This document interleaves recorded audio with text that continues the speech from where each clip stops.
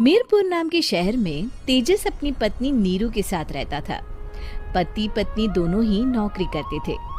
एक दिन तेजस गांव अपनी माँ के पास फोन करता है। हेलो, प्रणाम माँ। जीते रहो माँ, तुम दादी बनने वाली हो हैं? अरे वाह, ठीक है बेटा, मैं कल ही आती हूँ।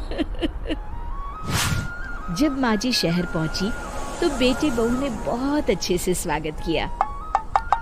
लीजिए माँ जी चाय। अरे गर्मा गर्म पकोड़े ले आओ माँ के लिए। नीरू रसोई में गई और 2 मिनट में ही पकोड़े ले आई।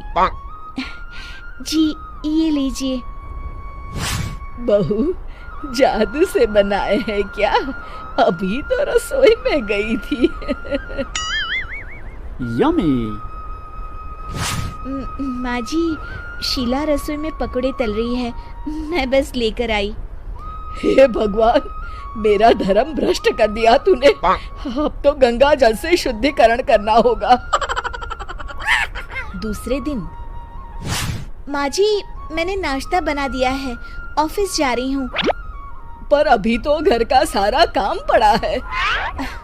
शीला आती ही होगी, झाड़ू पोछा बर्तन कपड़े वो सब कर लेगी।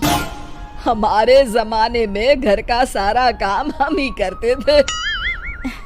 जी माँ जी, आप बहुत होशियार हैं, मैं घर ऑफिस दोनों नहीं संभाल पाती। तो जरूरत क्या है घर से बाहर जाकर चाकरी करने की? वैसे भी घर का काम खुद करने से घर में बरकत आती है, समझी? पर माँ जी। पर वर कुछ नहीं, इस महीने की पगार मिले फिर ऑफिस बंद है। हाँ। रात को नीरू तेजस से कहती है, सुनिए जी, माँ जी बोल रही थी कि मैं नौकरी छोड़ दूं। वैसे ठीक ही तो है, अभी तुम्हें आराम की जरूरत है। फिर भी आराम कहाँ, शीला को छुड़ाने के लिए बोल रही थी। तो अब 24 घंटे में इतना काम तो कर ही सकती हो। पर जॉब पसंद है मुझे, घर पर मन नहीं लगेगा। अगले दिन जब दोनों ऑफिस के लिए निकल रहे थे, मेरी तो कोई कीमत ही नहीं है इस घर में। माँ जी, आजकल महंगाई बहुत है, रहन सहन भी बदल गया है, दोनों नौकरी करते हैं तभी ठीक रहता है। अच्छा, तू कहना क्या चाहती है? मेरा बेटा तुझे बिठा के खिला नहीं सकता?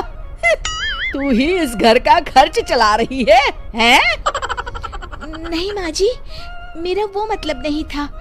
मतलब खूब समझती हूँ, ये बाल धूप में सफेद नहीं किए मैंने। हाँ।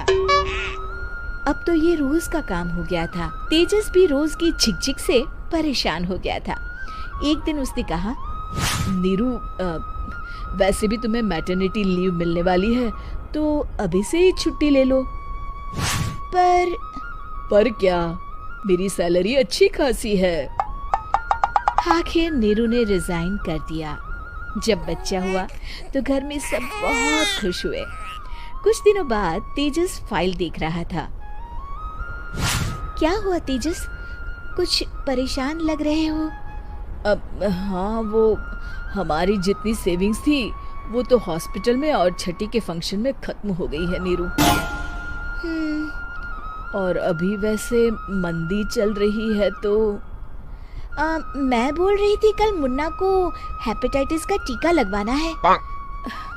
नीरू, क्या पोस्टपोन नहीं कर सकते? नहीं जी, बिल्कुल नहीं। अब तेजस को समझ में आ रहा था कि उससे गलती हुई है। पैसों की कमी का असर घर के माहौल पर भी पड़ रहा था।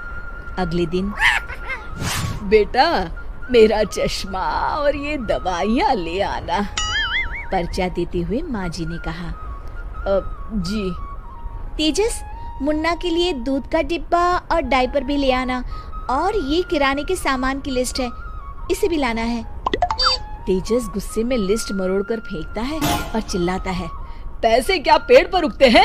ये ले आना, वो ले आना। अरे पर ये जरूरत का सामान ही है। वो गुस्से में बिना कुछ कहे ऑफिस चला गया।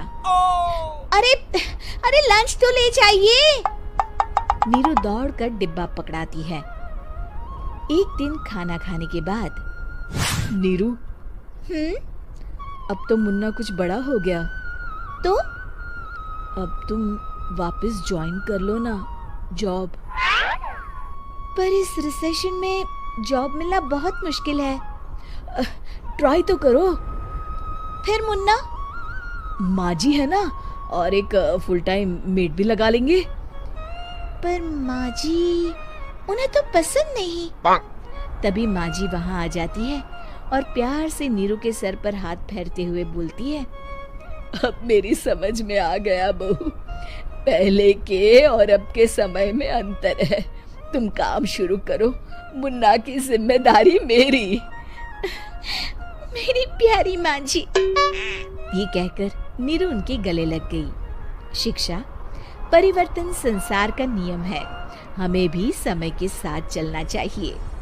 उम्मीद है कि आपको हमारी ये कहानी पसंद आई होगी। कृपया हमारे चैनल को सब्सक्राइब करें और सभी अपडेट्स के लिए बेल आइकन जरूर क्लिक करें। और हाँ, वीडियो लाइक और शेयर करना मत भूलिएगा। Bye bye.